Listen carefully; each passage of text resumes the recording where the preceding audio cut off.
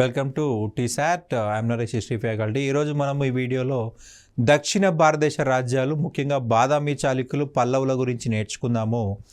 Right, మనకి ఈ యొక్క టాపిక్ చూసినట్లయితే గుప్తుల పతనం తర్వాత దక్షిణ భారతదేశంలో బలంగా ఏర్పడ్డ రాజ్యాలు బాదామి చాళుక్య రాజ్యం ఒకటిగా ముఖ్యంగా చెప్పుకోవాలి.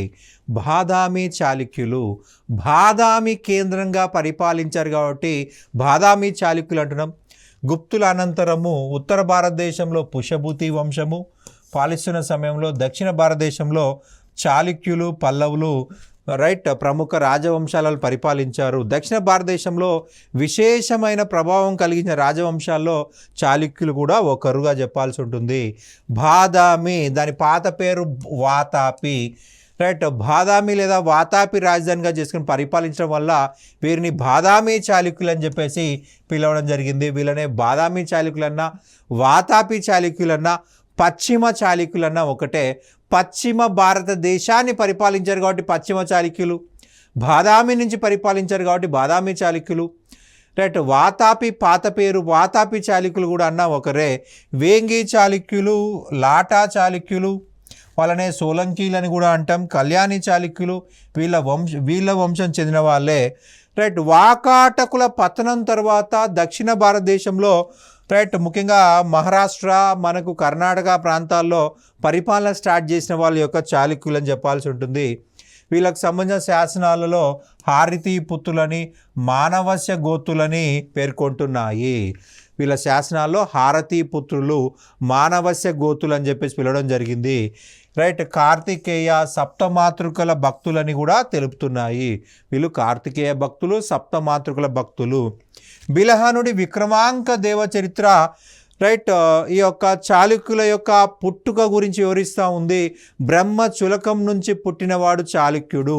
బ్రహ్మ చులకం నుండి ఆవిర్భవించడం వల్ల చాళుక్య అని చెప్పేసి పిలువబడ్డారని చెప్పేసి బిలహనుడు విక్రమాంక దేవచరిత్రలో రాయడం జరిగింది. మనకి ఈ యొక్క బిలహనుడు ఎవరి ఆస్థాన కవి అంటే ఆరవ విక్రమాదిత్యుడు. ఆరవ విక్రమాదిత్య కాలంలో ఉన్నటువంటి కవిగా చెప్పాల్సి ఉంటుంది. చాళుక్యుల యొక్క మూల పురుషుడు జయసింహ. ఈయన తర్వాత రణగార పరిపాలించడం జరిగింది. మనకు మొదట వీళ్ళ పరిపాలన ఐహోలు నుంచి ప్రారంభమైంది. ఐహోలు నుంచి పరిపాలన ప్రారంభమైందని చెప్పాలి. ఐహోలు నుంచి వీళ్ళ పరిపాలన ప్రారంభించడం జరిగింది. చాళుక్యుల మూల పురుషుడు జయసింహ ఐహోల్ నుంచి పరిపాలించారు. వీళ్ళు కదంబుల యొక్క సామంతులు. కదంబులకి సామంతుడిగా ఉన్నప్పుడు ఐహోల్ నుంచి పరిపాలించారు. మనకి కర్ణాటకలోని బీజాపూర్ ప్రాంతాన్ని పరిపాలించారు. బనవాసి యొక్క పాలకుడైన కదంబులకి సామంతులుగా ఉన్నారన్నమాట. ఇక మొదటి పులకేసి, ఈ యొక్క వంశంలో తొలి స్వతంత్ర రాజు మొదటి పులకేసి. ఇతని పరిపాలనా కాలం క్రీస్తు శకం 535 నుంచి 566 అని గుర్తుపెట్టుకోవాల్సి ఉంటుంది. చాళుక్యులలో తొలి స్వతంత్ర పాలకుడు మొదటి పులకేసి. ఇతని విజయాల గురించి బాదామి శాసనం తెలుపుతూ ఉంది. ఇతని విజయాలన్నీ కూడా ఎందులో ఉన్నాయంటే బాదామి శాసనాన్ని గుర్తుపెట్టుకోవాలి. ఇతని భార్య పేరు దుర్లభ మహాదేవి. కీర్తివర్మ, మంగళేశుడు అనేటువంటి ఇద్దరు కుమారులు ఉన్నారు ఇతనికి. ఇతను స్వతంత్రత ప్రకటించుకొని సత్యాశ్రయ, రణవిక్రమ, శ్రీవల్లభ, శ్రీ పృథ్వీవల్లభ అనే బిరుదులని ఉపయోగించుకోవడం జరిగింది. స్వతంత్ర ప్రకటించుకున్న తర్వాత ఇతను తీసుకున్న బిరుదులు సత్యాశ్రయ, రణవిక్రమ, శ్రీవల్లభ, శ్రీ పృథ్వీవల్లభ అనే బిరుదులు ఉపయోగించుకున్నాడు. వాతాపి లేదా బాదామిలో తొలికోట నిర్మించి దానిని రాజధానిగా చేసుకున్నాడు మొదటి పులకేసి. మొదటి పులకేసి అశ్వమేధ యాగం చేసి స్వతంత్ర ప్రకటించుకున్నాడు. గుర్తుపెట్టుకోండి, ఏ రాజు అయితే అశ్వమేధ యాగం చేస్తాడో ఆ రాజు సర్వస్వతంత్రుడుగా గుర్తించబడతాడు. బలవంతుడు మాత్రమే అశ్వమేధ యాగం చేస్తాడు, బలహీన రాజు చేయడు. బలహీన రాజు చేస్తే తన సొంత రాజ్యం కూడా కోల్పోతాడు. బలవంతుడే చేస్తాడు. కదంబులని ఓడించాడు. తన స్వతంత్రకు గుర్తుగా అశ్వమేధ యాగం చేశాడు మొదటి పులకేసి. రైట్. మొదటి పులకేసి మరణాంతరం అతని కుమారుడు మొదటి కీర్తివర్మ రాజు కావడం జరిగింది. ఈయన పరిపాలనా కాలము 567 నుంచి 598 వరకు. రైట్. ఇతను సత్యాశ్రయ, పృథ్వీ వల్లభ అనే బిరుదులు కలిగి ఉన్నాడు. రైట్. బాదామిలో విష్ణువు కోసం ఒక గుహాలయం కట్టడం జరిగింది. రైట్. బాదామిలో విష్ణువు కోసం ఒక గుహాలయాన్ని కట్టాడు మొదటి కీర్తివర్మ. బాదామి లేదా వాతాపి నగరాన్ని ఇది నగరమా భూతల స్వర్గమా అన్నట్టుగా అభివృద్ధి చేశాడు కీర్తివర్మ లేదా మొదటి కీర్తివర్మ. రైట్. ఇది ఒక భూతల స్వర్గంగా చేశాడు, సర్వాంగ సుందరంగా మార్చాడు ఈ యొక్క మొదటి Kirtivarma. First and finest maker of Vatapi అని చెప్పి చెప్పుకుంటాము. రైట్. కీర్తివర్మ అనంతరము అతని కుమారుడు రెండవ పులకేసి చిన్నవాడు కావడంతో కీర్తివర్మ తమ్ముడైన మంగళేశుడు రాజ్యానికి అధికారము చేపట్టడం జరిగింది. రాజ్యాధికారం చేపట్టాడు. మంగళేశుడు రణవిక్రమ, ఉరూర విక్రమ, పృథ్వీ వల్లభ, పరమ భాగవత వంటి బిరుదుల్ని ధరించాడు. రైట్. మొదటి కీర్తివర్మ పిల్లలు చిన్నవాళ్ళు కాబట్టి అతని సోదరుడైన మంగళేశుడు రాజయ్యాడు. మంగళేశుడు ఆయన కాలంలో ప్రధానంగా గోవా ఆక్రమణ అనేది గుర్తుపెట్టుకోవాల్సి ఉంటుంది. కాలచూరి పాలకుడైన బుధరాజుని ఓడించాడు. రైట్. కాలచూరి పాలకుడైన బుధరాజుని ఓడించి రేవతి ద్వీపంను ఆక్రమించాడు.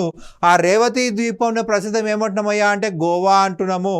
రైట్. మంగళేశుడు స్వార్థంతో తన కుమారుణ్ణి రాజు చేయుటకు ప్రయత్నించడం వల్ల రెండవ పులకేసి మంగళేశుని హత్య చేసి మంగళేశుని వధించి రాజ్యానికి రావడం జరిగింది.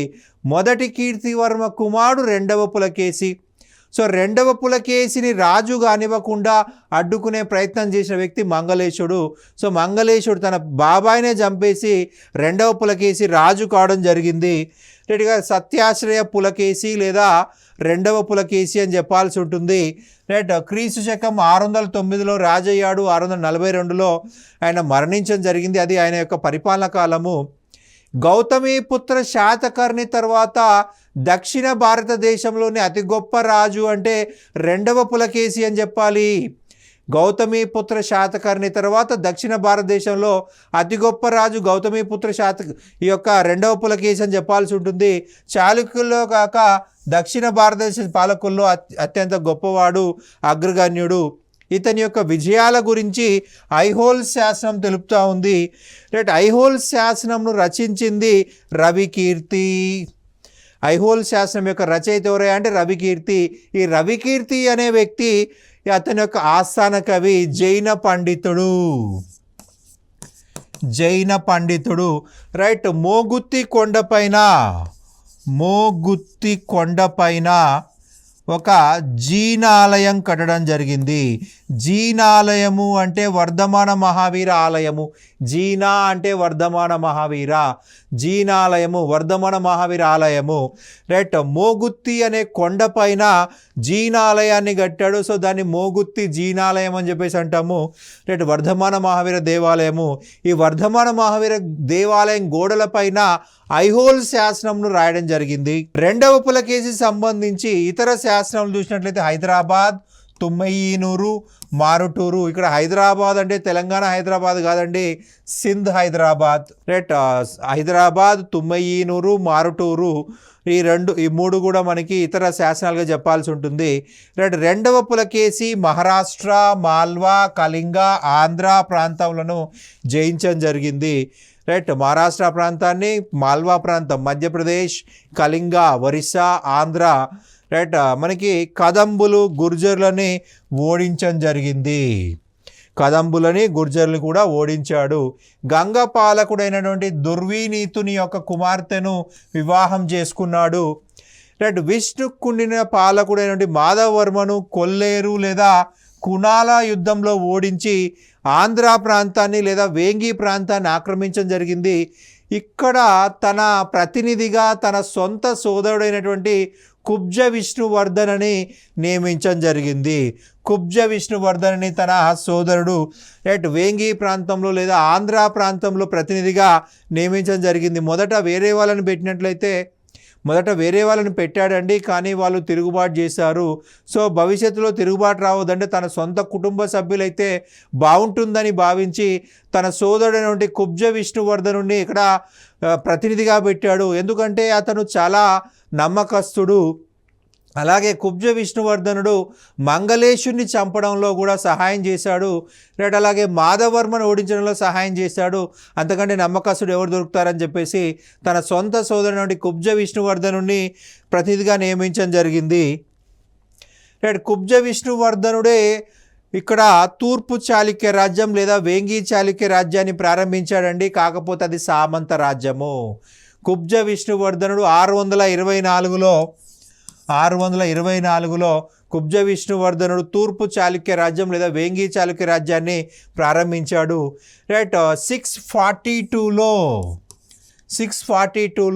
కుబ్జ విష్ణువర్ధనుడి కుమారుడైనటువంటి మొదటి జయసింహ స్వతంత్ర ప్రకటించుకున్నాడు. రైట్, కుబ్జ విష్ణువర్ధనుడు తూర్పు చాళుక్య వంశ స్థాపకుడు. ఎప్పుడు స్టార్ట్ చేశాడు? 624లో స్టార్ట్ చేశాడు. కానీ సామంత రాజ్యమే. రైట్, స్వతంత్ర రాజ్యాన్ని ఎవరు ఏర్పాటు చేశారయ్యా అంటే మొదటి జయసింహ. రైట్, ఎప్పుడయ్యా అంటే 642 రెండవ పులకేసి చనిపోయిన అనంతరం స్వతంత్రం ప్రకటించేసుకున్నాడు మొదటి జయసింహ. వీళ్ళనే వేంగి లేదా తూర్పు చాళుక్యులుగా పేరొందారు. పల్లవ రాజు అయినటువంటి మొదటి మహేంద్రవర్మపై దండయాత్ర చేసి అతన్ని ఓడించి చంపివేశాడు. మొదటి మహేంద్రవర్మతో 2 సార్లు యుద్ధం జరిగిందండి. మొదటిసారి ఓడించి ఉత్తర తమిళనాడు ప్రాంతాన్ని ఆక్రమించాడు. రెండవసారి పుల్లలూరు యుద్ధము. ఈ పుల్లలూరు యుద్ధంలో మొదటి మహేంద్రవర్మని ఓడించి రైట్ అతన్ని చంపివేయడం జరిగింది. రైట్, ఉత్తర తమిళనాడు ప్రాంతాన్ని ఆక్రమించుకొని జరిగింది. క్రీస్తు శకం 631-34 సంవత్సరాల మధ్యలో కనోజ్ పాలకుడైన హర్షవర్ధనుని ఓడించి పరమేశ్వర అనే బిరుదుని స్వీకరించాడు రెండవ పులకేసి. రైట్, ఈ యొక్క రెండవ పులకేసి రాజ్యం చూసినట్లయితే ఉత్తరాన నర్మదా నది వరకు, దక్షిణాన నీలగిరి పర్వతం వరకు, తూర్పున బంగాళాఖాతము, పశ్చిమాన అరేబియా మహాసముద్రం మధ్య విస్తరించింది. ఉత్తరాన నర్మదా నది, దక్షిణాన నీలగిరి పర్వతాలు అంటే తమిళనాడు ప్రాంతము, ఉత్తర తమిళనాడు ప్రాంతము, తూర్పున బంగాళాఖాతము, పశ్చిమాన అరేబియా సముద్రం వరకు ఈ రాజ్యం అనేది విస్తరించబడి ఉంది. రైట్, మనకి పర్షియా చక్రవర్తి ఖుస్రు ఆస్థానానికి రాయబారిని పంపించినట్లు తబారి అనే అరబ్బు రచయిత తెలియజేశాడు. మనకి ప్రధానంగా చూసినట్లయితే హర్షవర్ధనుడు చైనా రాజైనటువంటి తైత్సంగ్తో మంచి సంబంధాలు కలిగి ఉన్నాడు. సో రెండవ పులకేసి భయపడ్డాడు అని తబారి రాయడం జరిగింది. చైనా చక్రవర్తితో హర్షవర్ధనుడు సంబంధాలు పెట్టుకున్నాడు. సో చైనా రాజు సహాయంతో ఇతనిపైన దాడి చేస్తాడన్న భయంతో రెండవ పులకేసి పర్షియా చక్రవర్తితో సంబంధాలు పెట్టుకున్నట్టుగా తబారి రాయడం జరిగింది. హర్షుడు చైనా రాజుతో సంబంధాలు పెట్టుకున్నాడు కాబట్టి ఇతడు పర్షియా చక్రవర్తి ఖుస్రుతో సంబంధాలు పెట్టుకున్నాడని తబారి రాయడం జరిగింది. ఇక్కడ మనకి ప్రధానంగా చూసినట్లయితే అజంతాలో మనకు ప్రధానంగా గోడ చిత్రాలు, గృహ చిత్రాలు కనిపిస్తాయి. రైట్, అజంతాలో మొదటి గుహ,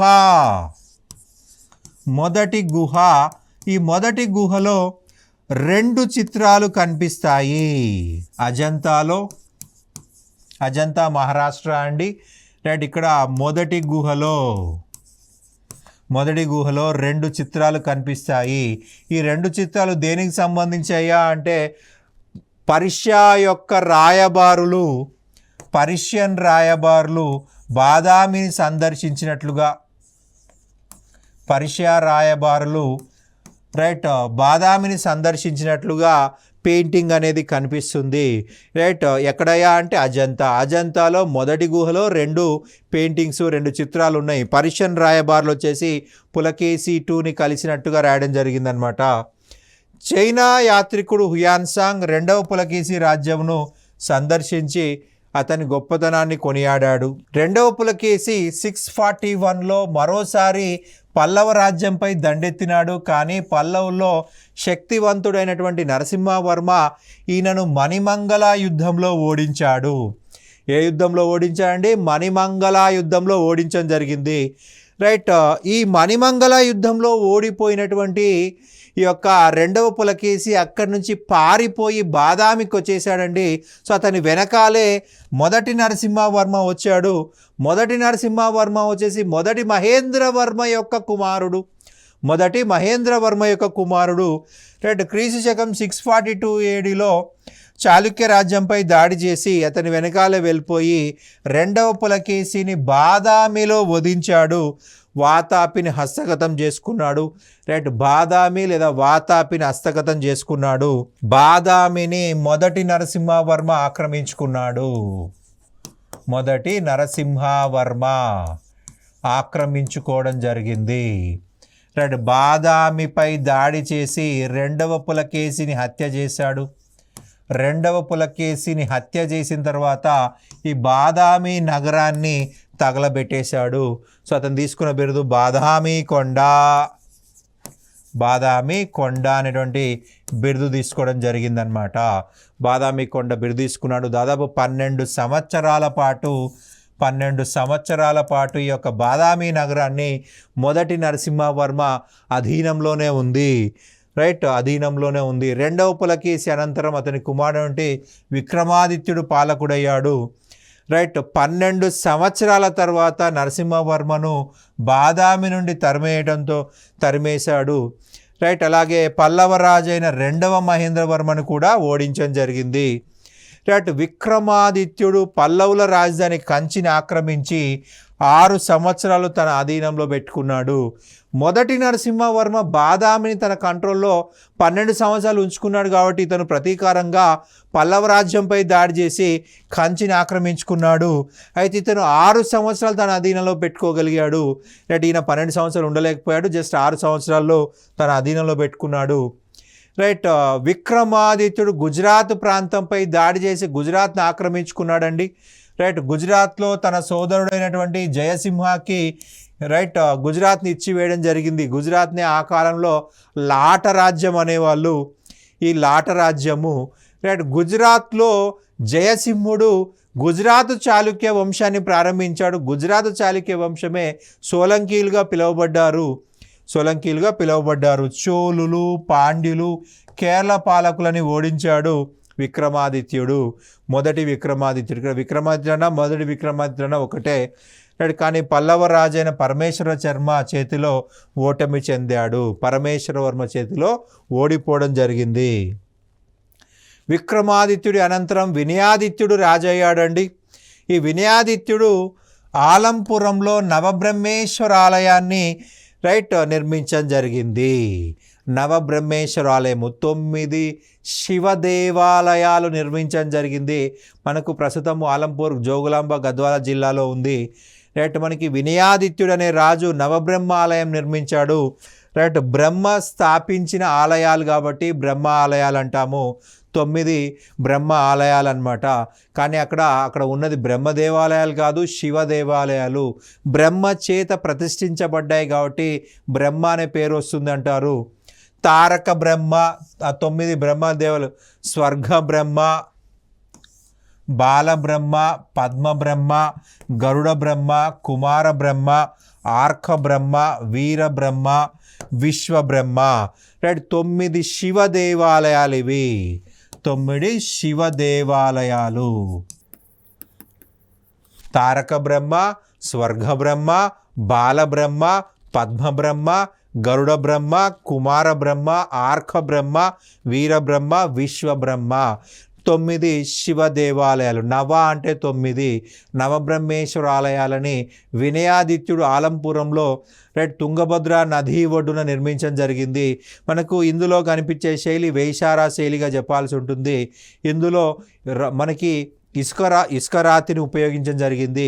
ఆ రాయిని పట్టుకొని ఇలా అంటే ఇసుక రూపంలోకి వచ్చేస్తుంది, ఇసుకలా అయిపోతుంది అనమాట. రైట్. వినయాదిత్యుని అనంతరం విజయాదిత్యుడు పాలించడం జరిగింది. ఈ విజయాదిత్యుడి యొక్క బిరుదు సమస్త భువనాశ్రయ. సమస్త భువనాశ్రయ అనేటువంటి విజయాదిత్యుని యొక్క బిరుదు.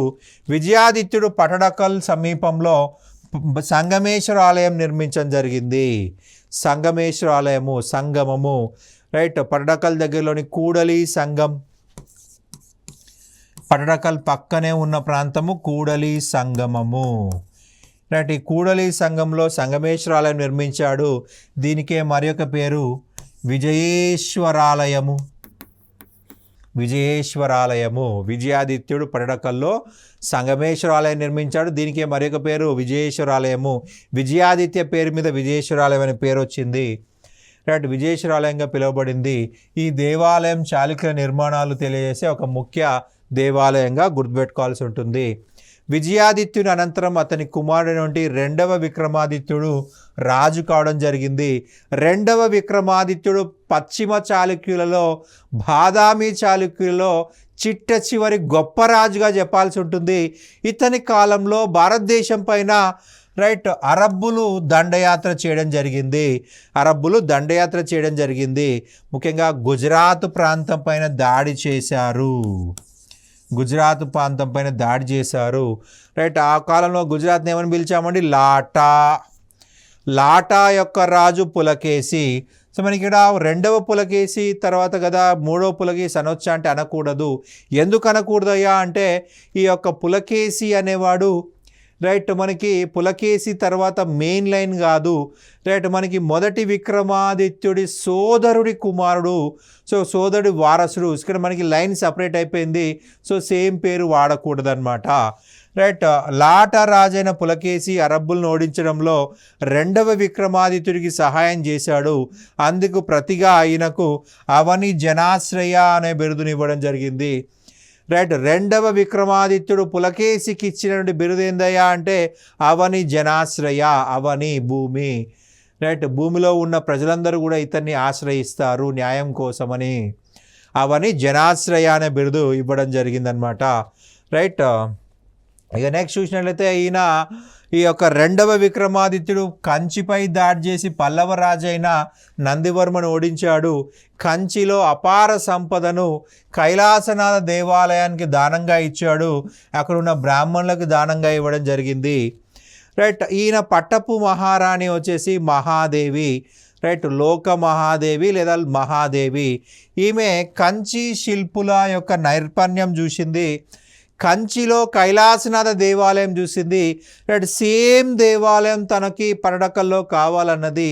సో ఆమె కోరిక మేరకు విక్రమాదిత్యుడు కైలాసనాథ దేవాలయం కట్టిన వాళ్ళందరినీ కూడా పటడకల్ తీసుకొచ్చాడు. సో పటడకల్లో మహాదేవి లోకేశ్వరాలయంను నిర్మించింది. కంచిలో కైలాసనాథ దేవాలయం కట్టిన వాళ్ళేనే తీసుకొచ్చేశారు. వాళ్ళతో కట్టబడ్డ దేవాలయం లోకేశ్వరాలయం.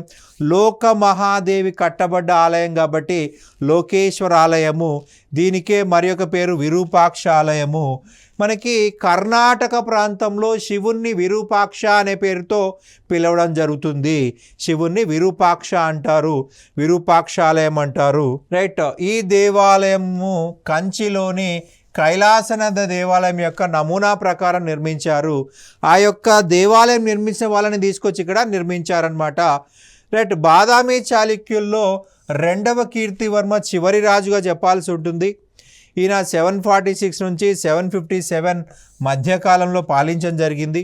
ఈయన కాలంలో సామంతరాజు దంతిదుర్గుడు స్వతంత్రత ప్రకటించుకున్నాడు. దంతిదుర్గుడు సామంత పాలకుడు, రైట్. మనకి దంతిదుర్గునికి పుత్ర సంతానం లేని కారణంగా అతని యొక్క పినతండ్రి మొదటి కృష్ణుడు రాజయ్యాడు, రైట్. మొదటి కృష్ణుడు రాజైపోయి, రైట్, అతను రెండవ కీర్తివర్మపై దాడి చేసి అతన్ని చంపేయడం జరిగింది, రైట్. చాళుక్యుల పాలన ఇతనితో అంతమైపోయింది. మొదటి కృష్ణుడు రాష్ట్రకూట పాలన స్టార్ట్ చేశాడు, రైట్. రెండవ కీర్తివర్మను చంపేసి రాష్ట్రకూటులకి ఆ యొక్క పశ్చిమ చాళుక్య రాజ్యాన్ని అంతా కూడా ఆక్రమించుకోవడం జరిగింది. ఇక చాళుక్యుల పాలనలో ముఖ్యాంశాలు చూసినట్లయితే చాళుక్యుల యొక్క అధికార భాష సంస్కృతము, వైదిక మతాన్ని ఆదరించారు ఈ చాళుక్యులు. వైదిక మతాన్ని ఆదరించడం జరిగింది. వేదాల ఆధారంగా ఉన్న మతమే వైదిక మతంగా గుర్తుపెట్టుకోవాలి. వేదాల అనుబంధంగా అభివృద్ధి చెందిన మతమే వైదిక మతము. రైట్. ప్రభువులు పరమేశ్వర బిరుదును ధరించేవాళ్ళు, సత్యాశ్రయ బిరుదును ధరించేవాళ్ళు. రైట్. భూమి శిస్తు అనేది ముఖ్యమైన ఆదాయము. రైట్. పండిన పంటలో ఉంచి వాళ్ళు పంటలు వసూలు చేసేవాళ్ళు. పన్నుల భారం ఎక్కువగా ఉంది. వినయాదిత్యుడి షికార్పూర్ శాసనంలో పుత్రులు లేని దంపతులపై వేసే పన్నును రద్దు చేసినట్టుగా పేర్కొంది. పుత్రులు లేని దంపతులపై పన్నుని రద్దు చేసినట్టుగా, అంటే ఇతని కంటే ముందు పుత్రులు లేని వారు పన్నులు కట్టాల్సిందే. ఏ శాసనం ప్రకారము వినయాదిత్యుడు రద్దు చేశాడండి? షికార్పూర్ శాసనం ప్రకారము పుత్రులు లేని దంపతులపై వేసే పన్నును రద్దు చేశారు. అంటే అతని కంటే ముందు పుత్రులు లేని వాళ్ళు పన్నులు కట్టాల్సిందే. రైట్. ఇక సైన్యంలో అశ్వదళానికి ప్రాముఖ్యత ఉంది, అంటే గుర్రాలకు అత్యంత ప్రాధాన్యత ఉంది. రైట్. వీళ్ళు అరబ్బులతో వర్తక వ్యాపారాలు బాగా చేశారండి. చేశారు. వైదిక మతంతో పాటు జైన మతం కూడా అభివృద్ధి చెందింది. బెస్ట్ ఎగ్జాంపుల్ అంటే రవికీర్తి అనే జైన పండితుడు 2వ పులకేశి కాలంలో ఆస్థాన కవిగా ఉన్నాడు. రైట్. మోగుత్తి కొండపైన మనకి జీన దేవాలయాన్ని నిర్మించాడు. వర్ధమాన మహావీర దేవాలయం నిర్మించాడు. జీనాలయము అంటే వర్ధమాన మహావీర దేవాలయము. విద్యాభివృద్ధి బాగా జరిగింది. తత్వము, వేదము, వార్త, దండనీతి మొదలగు 4 విద్యలు ఇక్కడ బోధించేవాళ్ళు. రైట్. ప్రతి ఒక్కరు కూడా తత్వము అంటే ఫిలాసఫీ, వేదాలు, వార్త, దండనీతి ఇవన్నీ కూడా నేర్చుకోవాల్సి ఉంటుంది. రైట్. పాలక వర్గాల్లో స్త్రీలు, ఉన్నత వర్గాల్లో స్త్రీలు ప్రజాహిత కార్యక్రమాల్లో పాల్గొనేవారు. బటవృత్తులు, మాన్యా గ్రామాలు, చతుర్వేది మంగళాలు అనే వివిధ రకాల గ్రామాలు ఉండేవి. ఆ కాలంలో ఉన్న గ్రామాలు ఏంటంటే బటవృత్తులు.